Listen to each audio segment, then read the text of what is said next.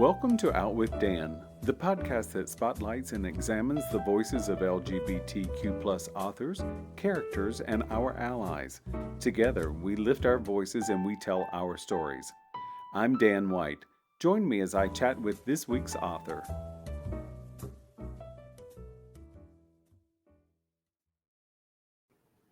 Hello and welcome back to Out with Dan. Today, I'm excited to talk to John Fram about No Road Home. Welcome, John. Hey, how's it going? Good, thank you. So will you give the audience a little bit of a genesis of where this book came from? Yeah, so this one started a couple of years ago, kind of at the tail end of COVID. I just had been going through a lot. Like I had been working on another book that really never worked out. You know, they sometimes just don't. And I was broke and, coming out of the pandemic, we were all really stressed. And I was just like, I need a reset. I need a reboot. And I'm very lucky that I was able to just kind of, get someone to sublease my apartment. And I moved back in with my folks for a little bit. And it was really, humbling in a way. You don't necessarily want to do that, but it was a great experience to kind of reconnect with my parents as an adult. I was 30 at the time. I want to say 30, 31. And, they had changed a lot. I had changed a lot. And you're almost like re-seeing them, right? You're almost like, or seeing them as real people in a way. They're not just your parents anymore. And they're both great people. And one thing I noticed was that my dad is such a diligent, hardworking man. Even he's pushing 70, still works full time. He still does stuff around the house. He really goes out of his way to make the family work. And it just struck me one day. I was like, there is no hero like this in the fiction I'm reading right now. I was reading a lot of gothic stuff. I was reading a lot of thrillers, a lot of horror. And I was like, I'm just not seeing these men represented, or I'm not, and the bond, most importantly, between that kind of father and a queer son, right? A gay son. My dad was always really, they both had their issues with it at first, but they came around really fast. And he's never been anything but supportive and loving. And so very quickly, it's like one of those sparks that people talk about with a book. Very quickly, the spark hit where I was like, what if I had a young father who has a queer son who he loves very much and he's done his best to take care of him, but they're very broke. And they Toby, the main character of this book, has recently married the heiress of a TV preacher's fortune. She comes from this very sort of powerful dynasty. And so Toby knows that this isn't maybe the best idea, right? His family seems a little weird, but he did what he had to do. So he has this queer son. He's going to get some money. The kid's going to be safe. He's married this woman who's pretty cool. But as soon as they get to meet the family, they realize that these people are way worse than Toby ever thought. And Toby, throughout the entire book, his one goal is really just to get his son away from these people. And that bond was so powerful. I mean, I was able just to construct basically a whole novel around it. It was pretty wild. I love the fact that Toby is so loving and kind with Luca.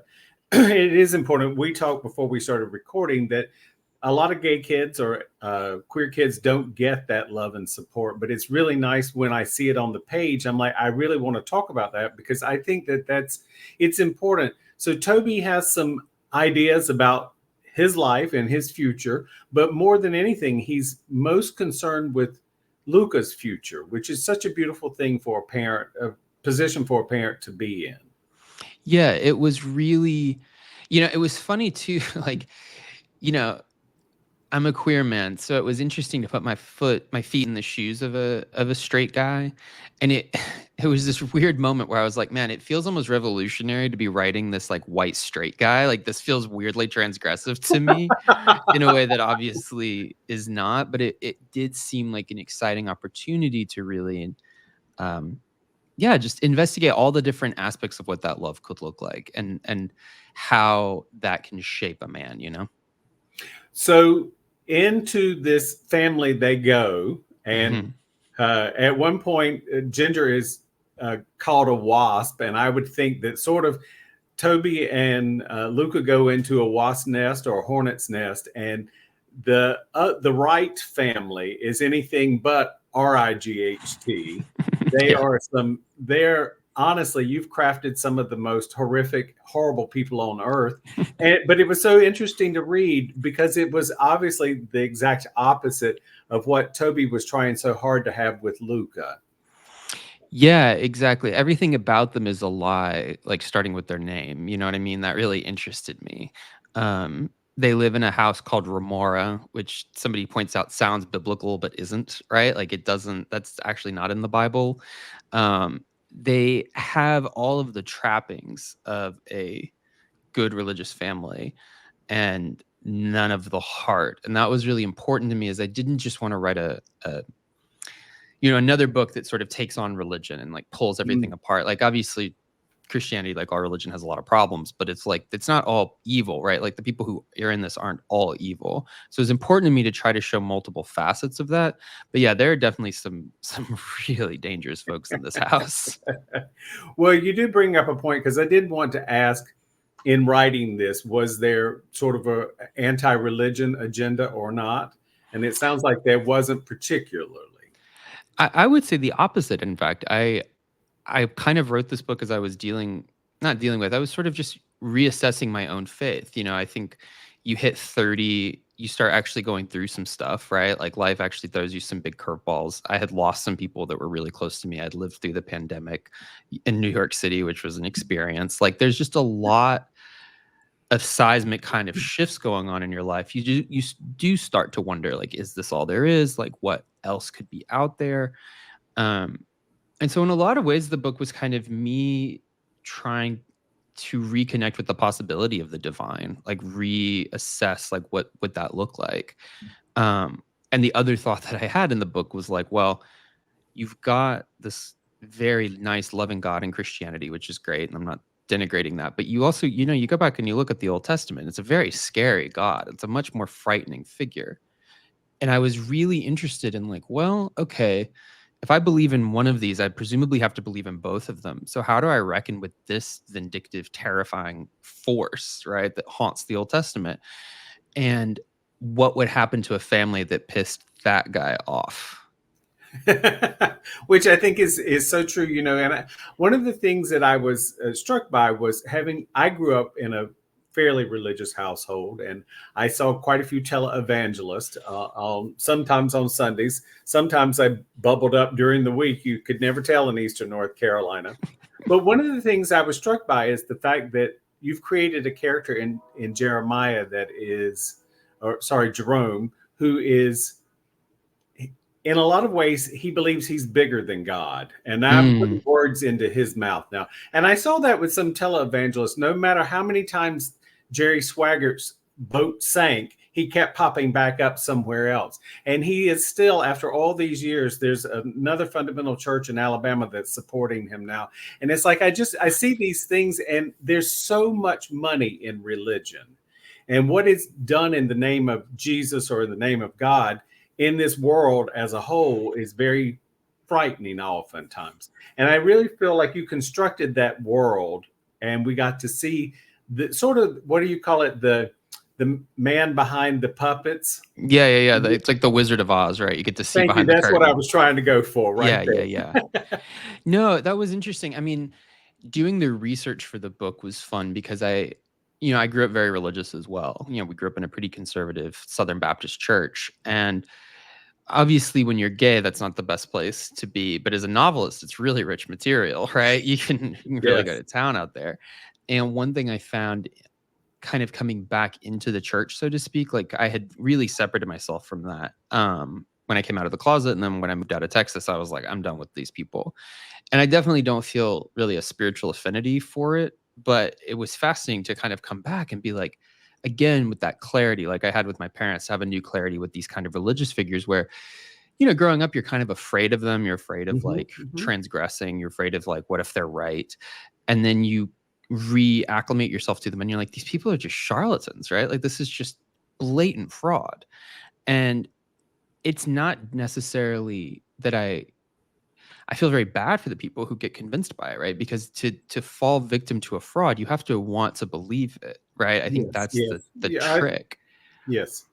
And so that moved me a lot this realization that like there are so many people who want this to be true and who really want someone to tell them what God Almighty is thinking and saying, that then I was like, well, if you're the person who's willing to take advantage of that and you've been doing it your entire life, Jerome, the preacher of this family, he's like 80, I think. And he's been doing this since he was probably 14. He was on the traveling preacher circuit. What does that do to you? You know what I mean? To really believe this is okay and that you have a right to do it. What does that do to you over decades and decades and decades? And it's all about the power. I mean, it's corporate greed just in a different way, but it's also about the power and the influence they have over, one thing that you just said. I mean, I find that so many people want someone else to interpret God for them. Exactly. I'm like, if you ever just get still and listen, you might find God a lot quicker than going and listening to someone who's going to constantly berate you and belittle you. Find your own God. And so you have some supernatural aspects to this book, and I found them to be very comforting to me. And I do wonder, do most people find the supernatural to be more comforting or scary from the people you've talked to? Oh, that's a fascinating question, actually. I have to ask you a question. What, without spoiling, what did you find comforting about it? So I think children are so delicious in the fact that their mind is still willing to accept something supernatural as being a part of their world. That was the comforting thing to me. Seeing the supernatural through Luca's eyes. I will say there was one place where I just had a belly laugh because the supernatural says it's time, and Luca's response was to pee. And I thought, well, sorry, John, that sums up my life. I mean, honestly, right there, Luca nailed Dan's life. I always, you go to the doctor and they say, "Can you fill up the cup?" I'm like, how many times? I mean, I'm sorry to have taken a turn there, John. That's fantastic. Myself, but no, yeah. But it was the supernatural that Luca didn't dismiss. That I think was a comforting thing to me, because his mind was large enough to encompass more than just what someone said was happening. He could feel what was going on. I love the fact that in Luca, you gave us a bright spirit, a fun-loving child, but one that almost all the way through the book, while he doesn't like to be left alone, he doesn't seem to exhibit a lot of fear. And so was that important for you to write from that perspective for Luca, or how did you approach Luca? Well, he's an only child, and so am I. And so I think a lot of myself just kind of crept into Luca. And that is one thing that my parents did a really good job of, is teaching you not through fear, but through kind of understanding, right? Like, be aware of your surroundings, know what's going on, have a game plan if something does go wrong. They were telling me about like fire and stuff from a really young age, in a good way, right? Not to scare you, but they remember very clearly when I got my own kind of bedroom or whatever. Like, I got out of like a nursery and I had my own proper bedroom in our first proper house. I was like 4 or 5. My mom was explaining how to get out the window if there was a fire. And that wasn't frightening. It was really helpful, because like, okay, this we have a process for this. And so I felt like Toby would have done all of that. And there are moments in the book where I think we see glimpses of the life that they led for a very long time. Basically, Toby is a single parent. He has a sister, or had a sister, but she was in and out a lot. And so really it was a one child, one parent household. And just in my experience, those kids do come out pretty slightly naive, but also very trusting and very like sort of settled in this really interesting way. I agree with you, because I grew up as an only child as well, or I am an only child.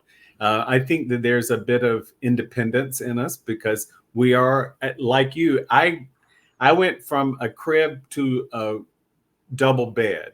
Yeah, exactly. There was no twin bed or anything. And I think for me, and I think I hear the same for you, it's a little bit different. We sort of skip some of that clingy space, because we're already sort of put into a more grown-up situation. And you're surrounded by grown-ups all the time. Like, they're your first friends. You know what I mean? Yes, totally agree. And I just loved your physical descriptions of Luca as well. I mean, those were just so heartfelt. So now I want to sort of shift a little bit. So outside of Toby, Yeah. you give us some very, very unique men in this book. Mhm. And I don't want to give away too much because it's important for anybody who reads this to peel the onion layer back. But it's you didn't set up the rest of the male characters as being as loving and as kind as Toby. So was that a bit of a struggle? Was it more fun? Did you have a favorite bad boy character or bad girl character? Oh, that's interesting. Yeah, fun is a hard way to describe it. I mean, I think for me, the fun and the challenge kind of go together. I think to be a novelist, you have to be a bit of a masochist, right? Because it is just really grueling work, and you sign up for it every morning. But the hard part and the fun part was getting into everybody's head, like really trying to inhabit them and trying to give them the decency of empathy. You know, you don't necessarily have to like these people, but you should at least do your best to see them as a human being. And that's something that I struggle with in a lot of thrillers is like, there's nothing more or there's nothing less scary than a one-dimensional bad guy, right? Like there are people who can do it well, but by and large, you really want some nuance. But you also don't want them to be so tortured you can't root for them. I think there's a fine line there. Like there is a pleasure in this book in watching the mighty fall, right? And I didn't want to lose that because you kind of know pretty quickly that this is not going to end well for most of these people, right? That's an understatement, John, And but go so ahead. when you set that, I believe really strongly as a writer that you like write checks to the reader and then you cash them at the end of the book, right? And one of the checks that I wrote to the reader is like, you're going to see these people really go through it.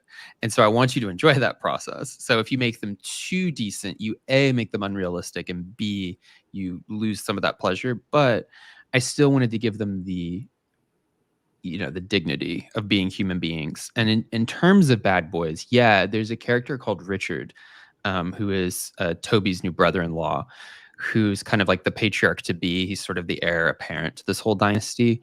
And he was so hard to get into at first. Like I couldn't, because when I wrote the book, I didn't really outline it ahead of time. Like I had ideas of where it wanted to go, but I didn't have everybody mapped out. And so figuring him out, getting his dialogue right, just took me forever. And then there was this scene where Toby is kind of seeing Richard one on one for the first time when like there's been a murder, the grandfather's been murdered, and Toby and Richard are sort of having their first serious talk away from the family.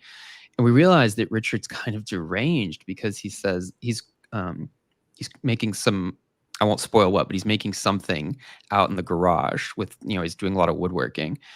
And Richard says, I wonder when Jesus was on the cross if he had a chance to admire the woodwork, because Jesus was this carpenter. And I was like, that was one of those lines where you're like, I have no idea where the hell it came from. Like it just popped up on the page.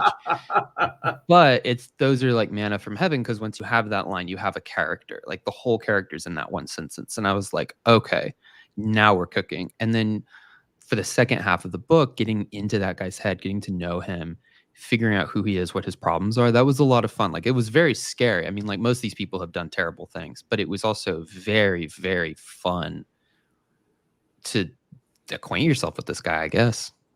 I agree. And I think that, so one thing that one character says that generations repeat. Mm-hmm. And I do think they do. And I think in real life, they do. Unless we break cycles of trauma keeps existing through generations. But in this, Richard is much more aligned with his grandfather than he is with his own father, which was something that was a part of the onion that was nice to peel off and to see, because here is a person with ambition. Here's a person who wants something. Absolutely. He wants a lot.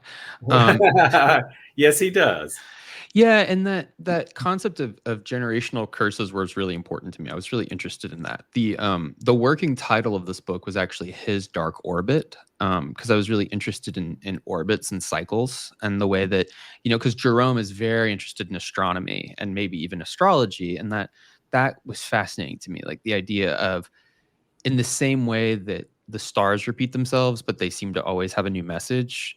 If you believe in that sort of thing, I was fascinated with the way that, yeah, if you don't do something to break a cycle of violence or a cycle of trauma in a family, it's just going to keep going. And that was one of Yes. the other things that I had realized getting into my 30s where you start to kind of, again, see your family clearly. And you realize, like, oh, this person who's doing this BS over here, their grandfather was doing that, right? You start to That's put the stories together. That was a huge kind of revelation for me. that old saying, the apple doesn't fall far from the tree, is really quite true. And I think that, so in this, some of the things that came up for me in reading this is, queer kids have to adapt in places where non-queer kids don't have to adapt. And that was something that so we learn a lot about the Wright family, and we learned some things that was not where I thought it was going to go to begin with, which is always fun as a reader. But we do see the depth of their depravity, and it's an unusual thing. And you have some cousins, I believe they are Marie and Julian, who I really did enjoy them greatly, and they were such a wonderful string to be pulled. I'm not really, I mean, they start off as adjacent characters, but they really are much more integral to the entire book. And I love the fact that here, sort of the Dark Horse cousins really were the redeemable pair. That's for sure. Yeah, that was such an interesting, because I knew that this was probably a very racist family, or at least their audience was very racist, most likely. Not, you don't want to stereotype everybody, but I was like, they probably have a pretty interesting audience. And I had seen so much sort of casual racism growing up, both in the South and in the church. It was important to me, not necessarily to capture that, like I had to do it, but I was like, okay, again, how can we explore these people? And I had these sort of, like you said, dark horse sides of the family, black sheep, which, I mean, they are half black, right? Or I think they're quarter black. It's not really clear, but they're mixed race in this white family. And they're literally listed on the list of the rights who matter. Like at the very front of the book, there's the character sheet. They're listed as hired help, right? And I was like, who would just be employed for their own family? Like, and then who would just employ their family of all this money, and you're not going to give them a cut of the pie? And so I was like, oh, they probably aren't white, right? That was the only thing that made sense. And then once I had that, I was like, oh, that's really interesting. Like, what can we do with that? I like that. And I think it must have been a tough subject to tackle, but yet one that is in today's world is very, very present, and something, we need to talk about. So, well, and it was important to me writing this book, again, not to reject the label of like queer fiction or queer literature, because I mean, I guess it does kind of fall into that eventually. Like it deals with queer characters pretty heavily, but I was interested in showing how bigotry kind of affects everybody, and how it's not just one thing. It's always this kind of like molten core of BS, right? Of bad stuff. And then like it can have all this like radiating damage that it does to everybody around it. So it wasn't just about showing homophobia or just showing racism. It was about showing that this, and classism too, arguably. I mean, this is such a rich family. They are so detached from reality. It was a way of showing how all of those things can sort of poison a family and then harm literally everybody around them. So you had a piece of gold in one of your sentences in the book, and it says, the worst bigots are the ones who want to peace themselves. And that is so true, because it is, it's the secrets that we tell ourselves, or the lies we tell ourselves, that really do harm us the most. So, oh, can I tell you a story? Since this is, the gays are listening to this one, they'll get the joy of the story. Okay. So, the Heritage Foundation has been in the news a lot recently, right? They're the people behind Project 2025, which, if you don't know what it is, it's bad. Like, go look it up. Anyway, many years ago, it was like 2016 Pride. I went to DC Pride with a really good friend of mine. We're out dancing, and probably midnight, 1 o'clock, one of those moments happens in a club where like the dance floor parts, like the waters part. And I can see my friend leaving with this boy who is like the embodiment of his type. I mean, this kid is so cute. He's exactly the kind of guy my friend goes for. And it wasn't even jealousy. I was so happy for him. I was like, yes, go for it. Like, congratulations. You're going to have a great night. I'll see you at some point tomorrow. And I literally texted him. I was like, okay, I guess I'll see you tomorrow sometime. Like, have a good time. 20 minutes later, I kind of turn around and my friend is just standing at the bar, like right next to me. Like he's just appeared again. And I'm like, that was fast. And he was like, I don't want to talk about it. And so the next morning we wake up and we're having coffee and kind of getting back to normal. And I was like, what happened to like the twunk Robert Redford kid that you went out with yesterday? And he was like, yeah, so we leave the club, we go to this kid's condo on DuPont Circle, like very bougie condo. Nice And area. my lovely area. And my friend is like, I need to pee. And so the boy's like, okay, bathroom's down the hall. My friend's using the toilet and he sees, those like every twink has this like starter kit of like the little floating shelf and it's got like the essential oils and then maybe like a clock or something or a candle. And then this kid had a framed photograph of Ronald Reagan just sitting on this floating shelf. My friend's like, oh, that's a yikes. And Yes. so he leaves and he finds the boy in, I guess it was a studio, because he says he literally like walked outside and all he can see is this kid is like on his bed, ready for action, so to speak. Like he is ready to rumble. No questions Yep. asked. Yep. Let's get Yep. at it. Only above his bed is another floating shelf with every Republican presidential memoir going back to Ford. And my friend is like, literally has like a button undone, his shoes are off, and he's just kind of stops and he's like, what do you do for work?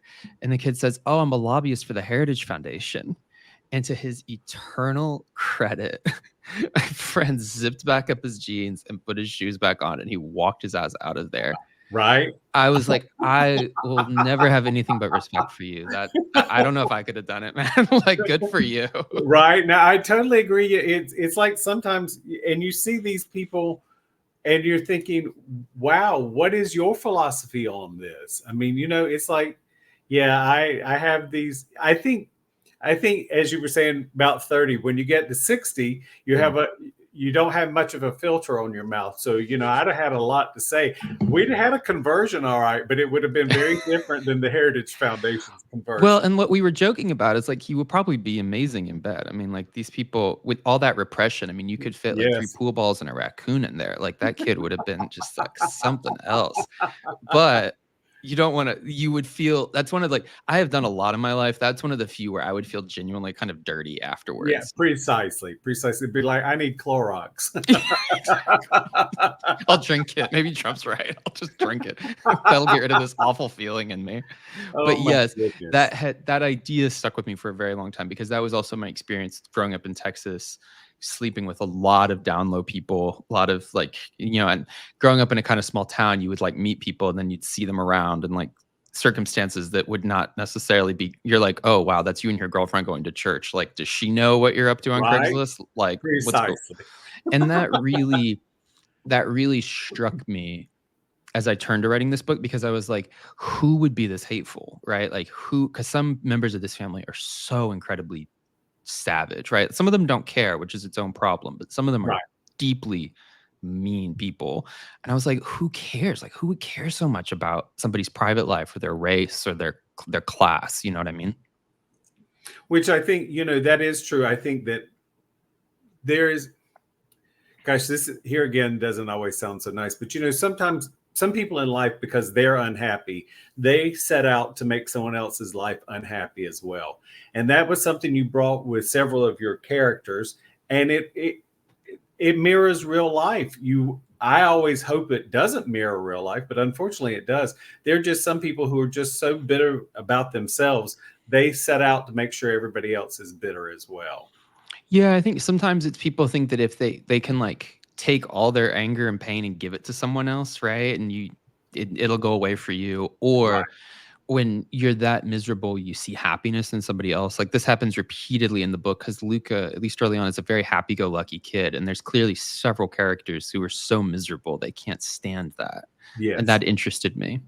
It interested me reading it as well because I really, as I said, I think it mirrors real life.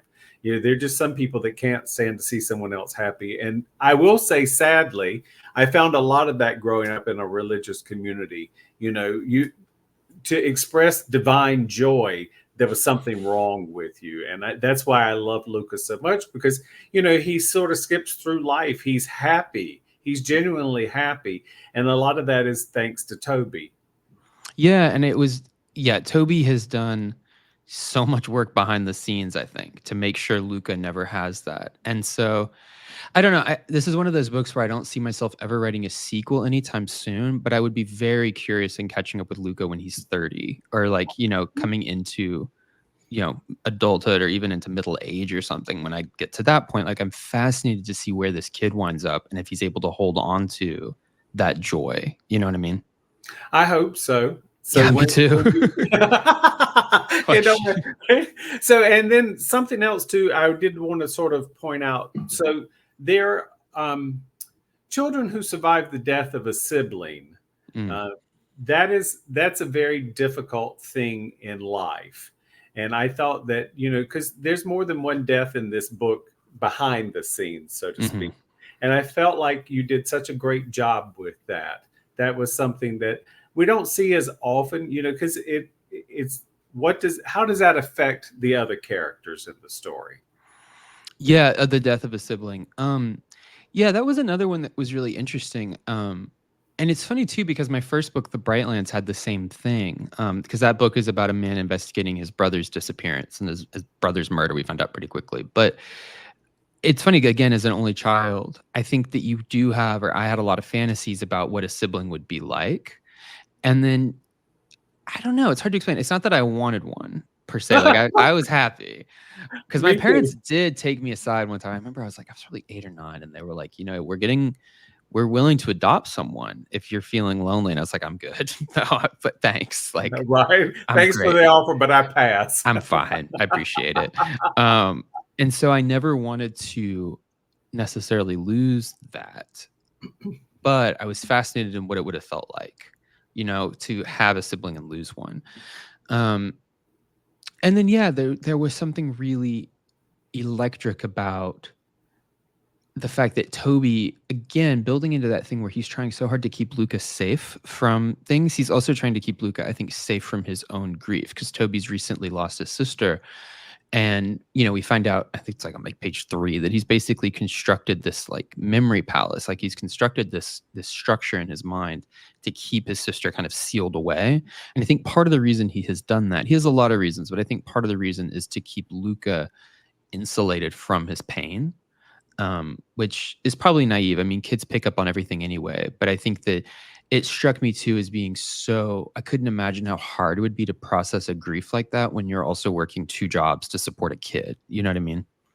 Absolutely. And I do, so that was one of the things I thought of as well. And I also found a slight parallel between Toby's mind compartments and this big mansion. Hmm.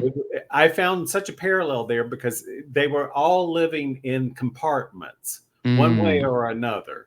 So I thought the construction of Yeah. that was very important. Well, yeah, that's actually an interesting point because in the west wing of the mansion, because it's like this huge, like absurdly large estate, and in the west wing of the mansion, we find out Jerome has constructed a memory palace of his own where he's literally reconstructing his life. And that just struck me as such a powerful image of a man like literally rebuilding his life. Um, but you're right, because everybody else, they all live in their own little suites. They all live kind of in these enclosed spaces. They all have like sort of paths that they chart almost through the house. Like it becomes predictable who was going to be where at a certain time. That's a good point. Yeah, everybody's sort of in their own little box in a weird way. Yep, absolutely. Well, again, the book is No Road Home. It's by John Fram. It's absolutely wonderful, highly recommended. John, do you have a website or social media you'd like to share with the audience? Yeah, I mean, the best way to get a hold of me is my Instagram, which is john.fram. And then I also have a Substack called Why Is This So Scary, where we do bi-weekly deep dives into different horror subjects. So movies, books, video games, like across the spectrum. So you can subscribe to that too. Fantastic. Thank you so much for being here, John. Thank you so much. This has been a Thank you for joining me for this week's episode of Out with Dan. You can find more information about this podcast and its host at outwithdan.com, on Twitter at outwithdan, and on Instagram and Facebook at Go Out with Dan. This podcast is hosted by Authors on the Air Global Radio Network, and the theme music is provided by bensound.com. Join us again soon for the next episode of Out with Dan.